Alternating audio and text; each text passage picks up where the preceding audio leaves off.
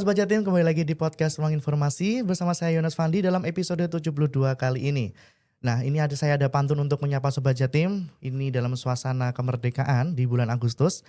Pagi hari naik Trans Jatim biru, menyapa penumpang sambil tersenyum ramah. Indonesia merdeka 80 tahun berlalu, mobilitas lancar, rakyat pun sejahtera sudah. Baik, Sobat Jatim, tahun 2025 ini Indonesia merayakan 80 tahun kemerdekaan, sebuah momen reflektif untuk melihat lagi kontribusi, capaian, dan tantangan menuju Indonesia maju. Nah, Jawa Timur pun punya banyak sekali cerita inspiratif dalam pembangunan nasional. Dan salah satunya kita akan bahas, ini adalah wujud pembangunan yang dekat dengan keseharian kita, dengan masyarakat kita di Jawa Timur, yakni bis Trans Jatim. Yang bukan sekedar moda tapi benang merajut mobilitas dari desa ke kota, pinggiran ke pusat. Dan tiap koridor yang dilalui ada anak sekolah, ibu rumah tangga, pedagang kecil, pedagang asongan, pekerja harian, dan itulah wajah sesungguhnya masyarakat Jawa Timur. Jadi topik kita hari ini adalah Trans Jatim merajut mobilitas, menggerakkan negeri, dan sudah hadir. Bersama kita ada Bapak Mulyono SHMSI, Kepala Seksi Prasarana Bidang Angkutan Jalan Dinas Perhubungan Provinsi Jawa Timur. Selamat pagi Pak Mulyono. Selamat pagi Mas Fandi, selamat pagi Sobat Jatim, salam sehat, salam sejahtera, salam bahagia untuk kita semua. Amin, amin. Bagaimana kabarnya Bapak hari ini? Alhamdulillah sehat selalu. Oke.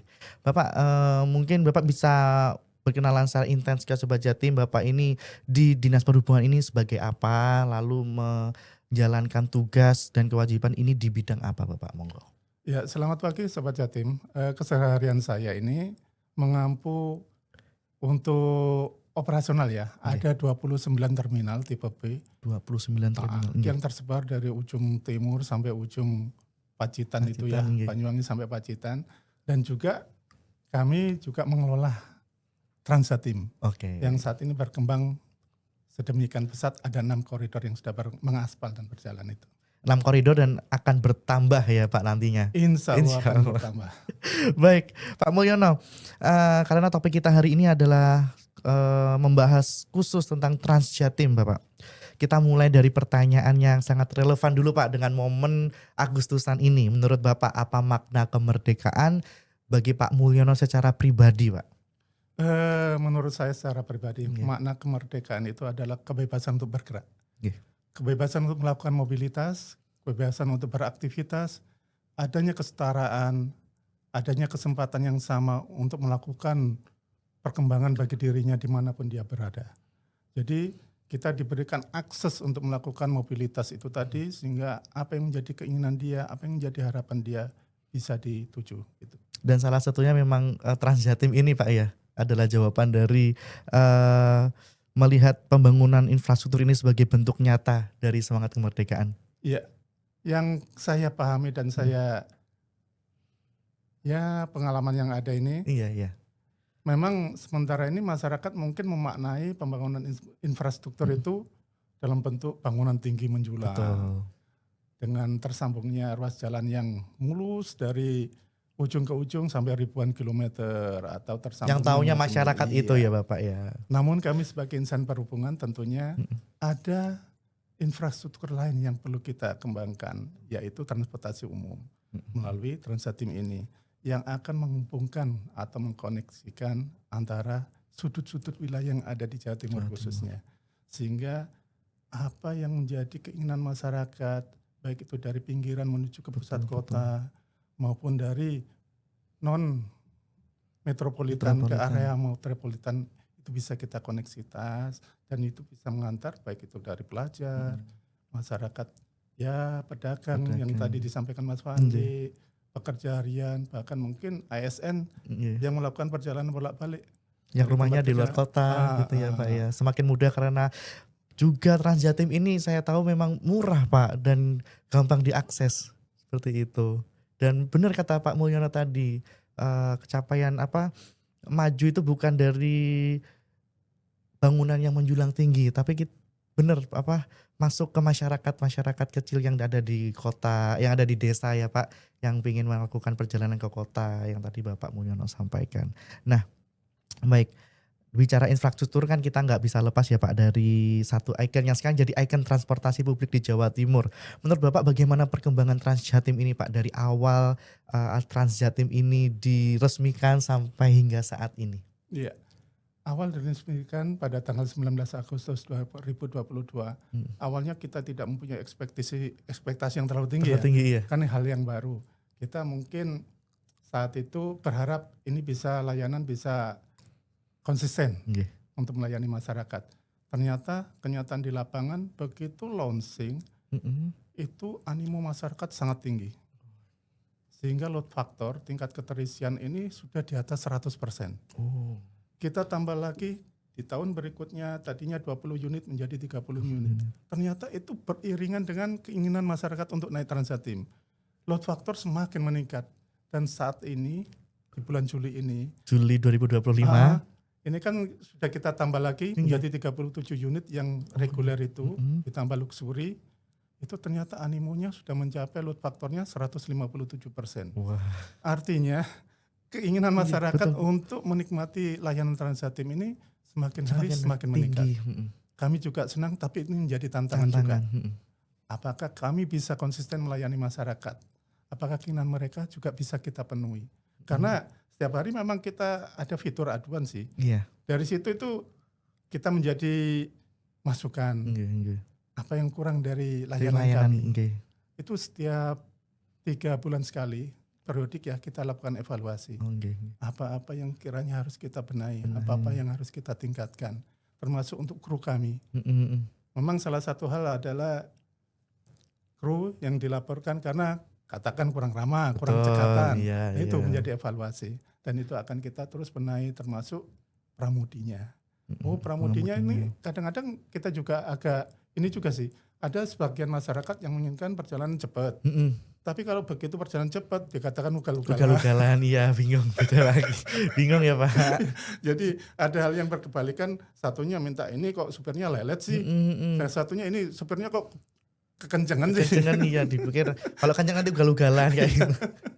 Ya itu kita coba komunikasikan dengan pengguna, dengan operator supaya apa yang menjadi keinginan ini bisa tersampaikan. Dan juga tetap Dishub ini menerima aduan-aduan ya Pak ya, yang 3 bulan sekali akan menjadi evaluasi. Ini sangat luar biasa loh Pak, dari 2022 sampai saat ini moda transportasinya bertambah dan ternyata juga itu sangat membantu masyarakat banget ya Pak ya. Baik, apa Pak perubahan sosial yang menurut Bapak paling ngena atau paling kerasa sejak Transjatim ini beroperasi? Mungkin ada cerita-cerita, pasti banyak cerita-cerita di lapangan Bapak. Ya, dengan adanya Transjatim ini, konektivitas wilayah ini menjadi tersambung ya. Ini kita ingat waktu awal kalau yang lintasan yang umum dilalui angkutan umum itu sudah menjadi hal yang biasa ya. Tapi ini kita coba rute baru yang belum ada layanan transportasi. Yang sebelumnya nggak ada layanan transportasi sama sekali. Dimasukin sama Transjatim. Betul. Oke, baik. Itu ternyata kawasan hutan yang kita lalui ada potensi wisata. Dengan adanya layanan Transjatim, kita tempatkan halte di situ, kita coba komunikasikan dengan pengelola wisata di situ, dan mereka juga ada atensi ya. Dalam artian tiket Transjatim yang kita kenakan pada penumpang mendapatkan diskon saat masuk ke lokasi wisata itu. Ternyata perkembangannya setelah adanya layanan Transjatim di wilayah itu, objek wisata itu naik 300%. 300% Pak. Luar itu biasa. Ternyata masyarakat untuk berwisata juga minatnya tinggi, dilayani dengan angkutan yang murah, meriah banget. Itu akhirnya sambung. Itu di mana Pak kalau boleh tahu saya Pak? Di Bukit Kayu Putih. Di Bukit Kayu Putih itu di Mojokerto. Iya. Tadinya nggak ada layanan sama sekali. Dan di situ mungkin masyarakat belum banyak mengenal kawasan wisata itu. Kayu Putih itu nggih. Setelah ternyata weekend rame luar biasa. Luar biasa. Jadi memang malah meningkatkan wisata juga ya Pak di daerah-daerah. Tapi memang sebelumnya di daerah situ belum ada layanan transportasi umum seperti itu belum Pak? Belum ada. Jadi cuman kendaraan pribadi aja. Betul, ya Pak ya? Kecenderungannya itu kendaraan pribadi. 300% loh Bapak. Iya betul. Itu luar biasa banget dan semoga di koridor-koridor lain juga seperti itu ya Bapak ya? Iya memang kita harapkan pengembangan Transjatim pada koridor yang lain juga membawa dampak positif. bagi perkembangan masyarakat, ekonomi masyarakat. Ini luar biasa. Kalau boleh tahu sekarang Pak hingga saat ini udah ada berapa koridor di Jawa Timur Bapak? Tadi Bapak sebutkan 6 gitu. Iya. Mungkin bisa disebutkan lagi Bapak ke Sobat Jatim di mana aja masyarakat Jawa Timur bisa menikmati Trans Jatim ini. Iya. Untuk Trans Jatim sendiri mulai awal launching di tanggal 19 Agustus 2022 itu untuk koridor 1 melayani rute dari Sidoarjo, Surabaya sampai ke Gresik. Ini dengan jarak tempuh sejauh 71 km dengan tarif Rp5.000. Rp5.000 dengan jarak tempuh 71 km. Iya. Tentunya sangat-sangat terjangkau. Terjangkau banget. Bapak. Otomatis banyak pekerja, banyak masyarakat maupun pelajar yang memanfaatkan itu. Kalau pelajar lebih murah lagi, Ada 2.500. 2,5 ya Pak ya. Oke. Dan kita juga ada bonus, semacam bonus ya. Apabila dalam masa 2 jam itu masyarakat atau pengguna mau melakukan perjalanan ke koridor yang lain, tidak perlu membayar lagi. Dalam rentang waktu 2 jam itu. 2 Yang jam. penting tiketnya masih dibawa. Betul. Oke. Itu keunggulannya. Untuk yang selanjutnya kita kembangkan lagi koridor 2 yang melayani rute dari Mojokerto ke Surabaya. Melewati Surabaya ini cukup menanggal, putar ke Siwalan, kembali lagi ke Mojokerto. Sejauh 42,5 km. Dengan tarif? Sama. Tarifnya sama. 5.000. Mereka pun juga berlaku sama. Kalau dari Mojokerto katakan dia mau melakukan perjalanan ke tempat yang lain, masih masa 2 jam, masih bisa masih gratis bebas, ya Bapak ya. gratis, Oh misalnya kayak Mas dari orang Mojokerto nih mau ke Gresik, jadi kan harus turun ke koridor Surabaya. Tapi ini masih ada waktunya. Itu bisa. naik ke Gresik itu gratis. Gratis. Wah ini membantu banget sih Pak kalau misalnya orangnya kerja di Surabaya atau di mana tapi rumahnya jauh ya Pak. Betul. Oke lalu Pak lanjut. Untuk yang koridor selanjutnya itu koridor 3, ini yang tadi saya sebutkan. Melayani dari Mojokerto ke Gresik. Oh Cuma ada. ini lintasan rute-rute yang dilalui hal yang baru. Yang baru tadi Bapak sampaikan. Sehingga bangkitan untuk wisatanya semakin meningkat. Dan saya pernah baca itu marketing dari perumahan, dia menyebutkan juga akan dibangun perumahan Trans Jatim. dan di situ akan dilayani Trans Jatim. Jadi menjadi satu pembangkit juga. Bertumbuhnya daerah-daerah baru, kawasan mobilitas baru di wilayah itu. Selanjutnya di koridor 4 ini melayani dari Paciran, Lamongan ke Gresik. Dan ini juga sangat mendukung. Di situ kan ada pondok-pondok wisata religi. Saya tanya ke pengelolanya, ternyata kunjungannya sangat tinggi dengan adanya koridor 4 ini. Jadi beberapa wilayah yang kita lintasi itu ternyata berdampak sangat positif bagi perkembangan wilayahnya. Selanjutnya ini di koridor 5 yang melayani dari Bangkalan ke Surabaya. Ada cerita waktu Bangkalan mereka, Surabaya Pak ini ya. Kalau pergerakan mereka dari Tangkel ke Tangkel ini pertigaan antara ke Bangkalan sampai mau ke Sampang. Gitu ya. Mereka dari Gedung Cowek ke sana itu ongkosnya sudah 20.000. Belum lagi dari Tangkel ke terminal. Kena lagi. Sedangkan ini Trans Jatim dari Surabaya ke Bangkalan cuma 5.000. Mereka sangat bersyukur, terima kasih. Iya. Dengan adanya layanan itu karena kosnya sangat-sangat murah. Iya Pak ya. Dan ini memang terbukti dengan animo masyarakat yang semakin tinggi. Load faktornya sudah di atas 100% untuk yang koridor 5. Dan yang terbaru di tanggal 26 Juni kemarin ini kita launching juga koridor 6 yang melayani dari Mojokerto ke lintasan wilayah industri Ngoro sampai ke Porong. Sidoarjo. Ini masih 1 bulan ya, tapi load faktornya sudah lumayan lah, sudah mencapai 70% lebih. Itu perkembangannya yang sampai saat ini yang ya Pak. Ada dan berjalan saat ini, dan ini akan terus. Iya Pak, saya melihat itu berkembang. faktor-faktornya tadi banyak sekali ya, sampai tadi 150% seperti itu, lalu meningkatkan wisata ini saya harap mungkin nanti ke depannya bisa berkembang ya Pak ya ke kabupaten-kabupaten lain. Betul. Dengan kos yang sangat murah sekali 5.000, dan ini Sobat Jatim memang harus memanfaatkan, tapi saya rasa pasti akan memanfaatkan nih Pak karena memang sangat membantu banget Bapak. Baik, Bapak Berarti saat ini sudah ada 6 koridor ya Pak ya?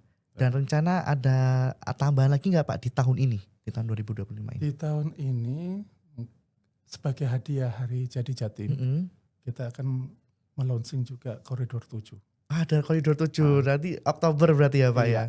Insya Allah bulan Oktober. Oke, tapi surprise aja ya ini, surprise dulu aja. Pokoknya di hadiah kado ulang tahun Jawa Timur Iya, betul. yang ke-80 akan ada koridor baru, koridor 7. Betul. To be continue ya Pak ya? Soon, as soon Dan as itu akan possible. juga ada hal lain yang kita launching juga bersamaan dengan koridor 7 itu. Oke, ditunggu, dinantikan ya Sobat Jatim, karena akan ada gebrakan dan hadiah dari Bu Gubernur lewat dinas perhubungan ini akan ada banyak sekali hadiah ya Pak dalam rangka HUT Jatim nanti. Betul. Nah kalau ngomongin HUT RI ini Pak, ada apa ini Pak kado buat masyarakat Jawa Timur? Ya, alhamdulillah di HUT RI khususnya di tanggal 17-18 Iya. Pemprov Jatim akan menggratiskan bagi masyarakat pengguna Trans Jatim pada semua koridor. Semua koridor, 6 koridor itu akan digratiskan pada tanggal 17 dan 18 Agustus. Itu Ini enggak pakai jam-jaman Pak? selama jam operasional. Selama jam operasional, jadi 2 jam itu udah enggak ya? Khusus hari itu? Oh udah lost semua Loh, itu. semua yang mau kemana aja. Mau ngunjungin koridor 1 sampai 6, mau muter-muter itu gratis berarti Pak. Silakan. Wah luar biasa, berarti tanggal 17 dan 18 semua koridor akan digratiskan. Iya, Rp0. Itu jamnya jam berapa Bapak operasionalnya? Operasional mulai jam 5 pagi, terakhir itu sampai jam 21. Sampai jam 9 malam. Nah itu Sobat Jatim. Jadi ini gratis loh tanggal 17 sampai 18 kalau mau sekedar healing di bis seharian itu gak apa-apa ya Pak. Boleh. Ya? Boleh karena Pemprov Jatim memberikan kado istimewa di HUT RI ke-80 akan digratiskan seluruh armada Trans Jatim di 6 koridor yang sudah tersedia di Jawa Timur. Baik, Bapak, setiap kemajuan prasarana infrastruktur juga salah satunya Trans Jatim ini Pak, itu pasti ada tantangannya, apalagi kalau kita bicara soal transportasi publik yang ingin menjangkau semua lapisan masyarakat. Nah, menurut Bapak, apa tantangan terbesar dalam membangun sistem transportasi publik semacam Trans Jatim ini? Tantangan terbesar kami adalah bisa memenuhi ekspektasi masyarakat itu. Mereka bisa bergerak menuju pada tempat-tempat yang diinginkan. Tentunya Trans Jatim ada keterbatasan di sini ya. Keterbatasan dalam artian kita akan membuka jalur yang sifatnya mayor. Tentunya masyarakat yang menginginkan masuk ke perumahan, ke sekolah, ke tempat pesantren, ini kita dorong pemerintah daerah, kabupaten atau kota untuk menyediakan feedernya. Ada sinergitas antara pemerintah provinsi dengan pemerintah kabupaten kota. Sehingga kebutuhan masyarakat yang sekiranya dalam wilayah kabupaten atau kota itu bisa ditampung melalui feeder-feeder tadi.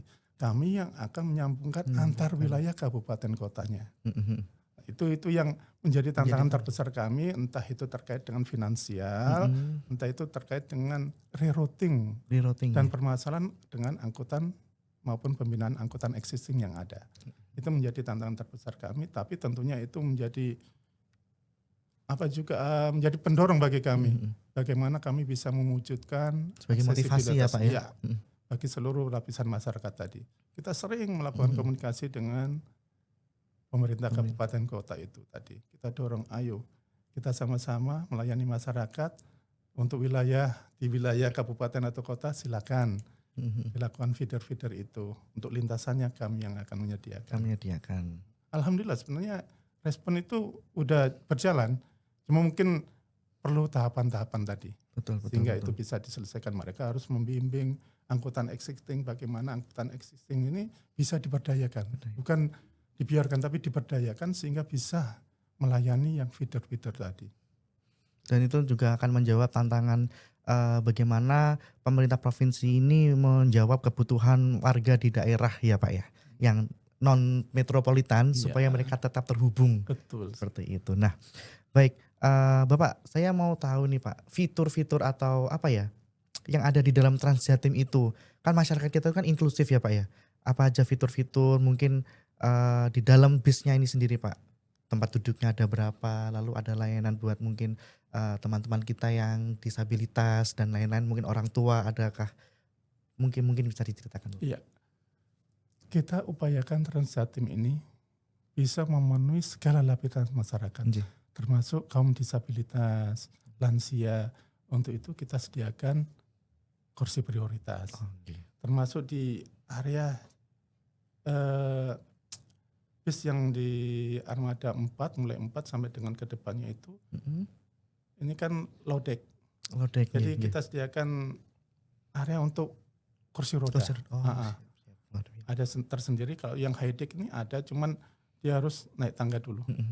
Ada sendiri ya yang untuk yang kaum disabilitas. Memang kita upayakan bisa menjangkau keseluruhan, sehingga mereka-mereka yang punya keterbatasan ini bisa memanfaatkan Transjatim ini juga. Dan juga kan di bus itu kayaknya ada pramugari ya Pak ya, Iya. yang membantu masyarakat nanti mau butuh apa-apa tinggal lapor aja ke kru yang sedang bertugas di situ nggih Bapak. Baik. Tapi Bapak, ujung-ujungnya kan keberhasilan dari layanan publik ini, contohnya Transjatim ini kan nggak cuma di pemerintah aja Pak, tapi juga masyarakat juga ikut terlibat dalam pengelolaan, dalam menjaga supaya Transjatim ini tetap ada. Nah, menurut Bapak, bagaimana peran masyarakat ini dalam menjaga dan memanfaatkan layanan ini Bapak agar tetap berjalan sampai selamanya? Seperti Iya. itu. Masyarakat tentunya kita harapkan juga ikut mendukung ya. Nggih. Karena layanan ini juga kita peruntukkan untuk masyarakat. Keberadaan halte, keberadaan bis, itu kita jaga bersama. Memang sempat viral beberapa waktu yang lalu, ada masyarakat yang melakukan Melempar. pengrusakan Nggih. pada halte. Nggih. Pada Beberapa bis tiga juga. halte pada bis juga. Namun setelah kita selidiki dan ternyata sudah ditemukan pelakunya, ternyata pelakunya ODGJ. Jadi kita Oh juga, iya, gimana lagi ya. Oke, baik. dan itu memang menjadi dinamika buat kami. Nggih. Dinamika buat kami dan menyadarkan para pengguna maupun masyarakatnya bahwa aset ini untuk mereka juga harus dijaga bersama, Nggih. termasuk saat mereka ada di bis. Menjaga Taat kebersihan. aturan, menjaga kebersihan, tidak ada vandalisme pada halte-halte. Memang setiap tahun kita lakukan pemeliharaan, cuman kan Nggih. akan lebih bagus lagi kalau masyarakat cukup turut menjaganya. Turut menjaganya.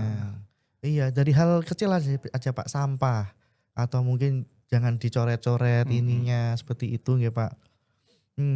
Jadi kalau menurut Bapak selama ini Pak, selama perjalanan Transjatim ini, apa contoh perilaku masyarakat yang yang patut Pak, yang patut diapresiasi? Nah ini hal yang baru bagi mereka adalah mereka tidak bisa naik atau turun di sembarang tempat. Ini hal yang baru dan ini memang harus menjadi kebiasaan bagi masyarakat. Jadi, kita coba menumbuhkan jadi itu. pedomannya ya Pak ya, Betul. nggak bisa saya pengen turun di situ. Iya, kalau saya naik call itu Pak saya di depan pasar itu masih bisa turun. Nah itu yang kita mencoba kasih pemahaman lah Pak. Bahwa kita harus mulai berbenah. Kalau kita ingin transportasi menjadi satu kebanggaan, satu harapan yang bisa dipenuhi oleh masyarakat, masyarakat juga harus mengikuti aturan yang ada.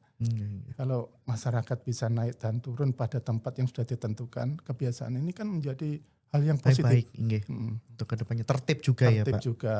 Dan ini sebenarnya untuk menjamin keselamatan mereka.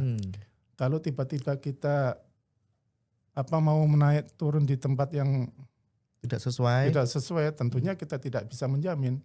Atau di belakang ada yang nyelonong, betul, ada motor betul. atau kendaraan yang lain, itu juga membahayakan. Tapi kalau sudah ada pada tempat yang sudah kita sediakan, nah tentunya faktor keselamatan itu juga menjadi jaminan. Kan di koridor-koridor udah aman lah Pak ya. Saya sudah turun di koridor ini, nanti yang jemput, aku jemputan di koridor ini, gitu kan udah aman daripada saya di pasar ini, saya di depan SD ini. Oke, Sobat Jatim, mungkin itu hal yang memang harus dipahami bahwa Transjatim ini mempunyai rute dan juga koridor-koridor yang tersebar di 6 koridor itu dan itu udah harus jadi kebiasaan masyarakat dan Sobat Jatim tahu kalau naik turun itu tetap di koridor ya Bapak ya. Selain untuk keselamatan juga untuk kelangsungan Transjatim ini supaya aman seperti itu. Nah, Pak ini kita intermezzo Pak. Kalau di Transjatim ini duduk di sebelah mana Pak yang paling favorit ini Pak? Mungkin ada kalau di pesawat itu kan ada ya Pak ya. Kayak oh ini the best view atau gimana dekat sayap atau dekat jendela seperti itu. Kalau di Transjatim sendiri bagaimana? Nah itu tergantung dari pribadi masing-masing. Iya mungkin Bapak kalau naik Transjatim itu saya pengen duduk di mana mungkin gitu Pak. Kalau saya sendiri kan ini sudah ada pemilahan ya. Oke. Kalau yang perempuan ada di depan. Ada pemilihan itu. Oke. Untuk melindungi Oh kaum iya. perempuan Wah luar supaya biasa tidak terjadi ini. pelecehan dan Dan semacamnya sebagainya. itu. Makanya Nggih. kita bagi. Kalau yang laki-laki ada di Di belakang. belakang. Jadi Saya kalau baru tahu Pak. kalau tempat favorit otomatis kita nggak ada banyak pilihan. Banyak gitu. pilihan ya karena di depan. Oh, iya. Mungkin kita favoritnya di depan, ternyata yang itu di depan khusus untuk perempuan. Wah luar biasa loh Pak, ini pemerintah provinsi ini juga nggak cuman menghadirkan sarana bis aja, tapi memang dilihat dari wah ini keamanannya gimana, lalu ini buat perempuan aman atau enggak, ibu hamil, lalu juga buat lansia. Ternyata udah ada pemilihan, saya baru tahu Pak itu. Betul. Oh, Memang karena di Transjatim sendiri kita memang menginginkan angkutan yang nyaman, aman, selamat dengan biaya terjangkau. Di dalamnya itu kita ada CCTV yang bisa memonitor pergerakan di dalam penumpang, di dalam bis itu sendiri. Termasuk ada kamera AI yang bisa memantau drivernya. Kamera pramudi. AI? Oke. Jadi kalau drivernya ini atau pramudi posisi menguap, ada warning. Oke, itu gimana Pak itu? Maksudnya di Dishub itu ada sendiri ruangan Ada yang memantau? Ada Oke. monitoring. Dan itu secara otomatis kalau dia menguap beberapa kali, ada warning dan itu bisa didengarkan oleh penumpangnya. Sehingga penumpang juga bisa mengingatkan juga. Luar biasa. Itu. Dan itu juga dengan adanya AI ini tadi, kami juga bisa melakukan komunikasi dua arah. Kita bisa panggil mereka, drivernya, kita bisa berkomunikasi dan mengingatkan. Wah. Termasuk faktor kecepatan itu kan sudah ada batasan-batasan. Iya. Kalau dia melebihi batas kecepatan, akan ada warning. Akan ada warning ya Pak ya. Dan ternyata dipantau juga di kantor ya Pak ya? Iya betul, selama masa operasional terpantau itu. Luar biasa Pak Transjatim ini Pak. Semoga saya doakan semoga ini berkembang lah Pak se-Jawa Timur, karena saya lihat dari sisi keamanannya, dari sisi fasilitasnya juga terpantau juga dari teman-teman Dinas Perhubungan ini sangat luar biasa. Baik Pak, kalau ini Pak Transjatim ini bisa bicara Pak, kira-kira apa yang akan dia bilang Pak Transjatim bilang ini tentang Indonesia? Kalau Transjatim ini bisa ngomong gitu Pak. Kami akan menghubungkan pada setiap sudutnya. Amin. Kami akan menyambungkan wilayah-wilayah itu biar masyarakat dari segala lapisan, dari segala lapisan, entah itu pelajar, pekerja, pedagang, bisa melakukan aktivitasnya dengan baik sesuai dengan tujuan. Sehingga cita-cita untuk membangun bangsa ini bisa kita capai bersama. Luar biasa. Amin. Ini sebuah doa yang kita panjatkan bersama-sama Pak, tentunya untuk kemasyuran masyarakat, kesehatan masyarakat juga, dan sebagai Pak, moda transportasi yang dibanggakan di Jawa Timur. Iya. Baik. Nah, pertanyaan ini Pak, terakhirin Pak, saya tujukan untuk generasi muda yang sedang menyiapkan masa depan ini Pak untuk negeri. Jika bisa menyampaikan satu pesan untuk generasi muda Pak terkait pembangunan dan mobilitas, apa yang ingin Bapak sampaikan untuk generasi muda? Ada satu kalimat yang mungkin bisa kita cermati. Momen nukar, lakukan aktivitasmu, bergeraklah, beraktivitaslah, bermobilitaslah, tapi tinggalkan kendaraan pribadimu, beralihlah menuju angkutan umum. Artinya apa? Dengan melakukan pergantian atau shifting dari kendaraan pribadi ke angkutan umum, kita berkontribusi untuk mengurangi kemacetan. Kita berkontribusi untuk mengurangi polusi. Otomatis akan menjaga lingkungan. Dan tentunya dengan adanya kontribusi-kontribusi itu, roda perekonomian akan bergerak. Dan perkembangan Indonesia akan semakin maju, semakin membaik. Oke Pak, berarti memang perlahan-lahan lah Pak ya, kita sampaikan ke Sobat Jatim pun juga saya untuk memanfaatkan transportasi yang sudah disiapkan pemerintah dengan sebaik ini, dengan secanggih ini ya Pak ya, seperti itu. Baik Bapak, Terima kasih Bapak atas waktunya dan jangan lupa Bapak mungkin bisa diingatkan lagi tentang kado di HUTRI ke-80 ini Bapak. Iya. Yang terakhir ini, monggo. Untuk Sobat Jatim, ingat ya, tanggal 17 dan 18 Agustus pemerintah Provinsi Jawa Timur menghadiahkan angkutan gratis pada 6 koridor di Trans Jatim. Catat tanggalnya 17 dan 18 Agustus gratis pada semua layanan Trans Jatim, tapi ada perkecualian untuk layanan luxury tidak diberlakukan. Okay. Baik Sobat Jatim, itu tadi perbincangan kita bersama dengan Pak Mulyono dari Dinas Perhubungan Jawa Timur yang banyak sekali insight yang saya dapat Pak tentang Trans Jatim ini yang juga merajut mobilitas dan juga menggerakkan negeri sesuai dengan tema kita pada hari ini. Dan juga Sobat Jatim jangan lupa untuk selalu mengikuti update yang ada di Dinas Perhubungan Jawa Timur dan juga ada di @transjatim official ya Bapak ya untuk segala informasi ada di sana semua. Dan jangan lupa juga di upacara nanti 17 Agustus dan 18 Agustus akan ada gratis untuk semua armada Transjatim kecuali luxury akan digratiskan ya Pak 2 hari itu.